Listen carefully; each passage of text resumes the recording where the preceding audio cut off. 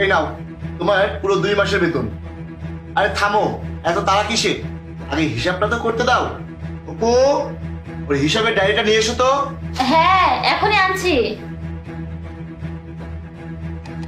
একটু ডায়েরিটা দেখে বলো তো ওর হিসাবটা কত হয়েছে।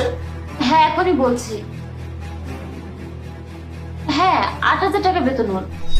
না না স্যার, 10,000 টাকা তো। কি? কত? 8,000 টাকার কথাই তো বলা হয়েছিল। তুমি কি ভুলে গিয়েছো? তাহলে ডায়েরিতে যা লেখা আছে ওটাকে ভুল, তুমি ঠিক। না না স্যার, লেখা যখন আছে তাহলে ঠিকই হবে। তাহলে তো 8,000 টাকা হিসেবে 2 মাসে 16,000 টাকা হয়। আর মাসে তো 4টা শুক্রবার থাকে, তাহলে 2 মাসে তো 8টা শুক্রবার। তাহলে তো তোর টাকা আরো কাটতে হবে। না না স্যার, আপনি তো তখন বলেননি যে শুক্রবারের টাকাও কাটবেন। আরে তোমার কি কিছু মনে থাকে নাকি সবই ভুলে যাও? কাজের শুরুতেই তো বলা হয়েছিল শুক্রবারে টাকা পাবে না, তাহলে এখানে যেটা লেখা আছে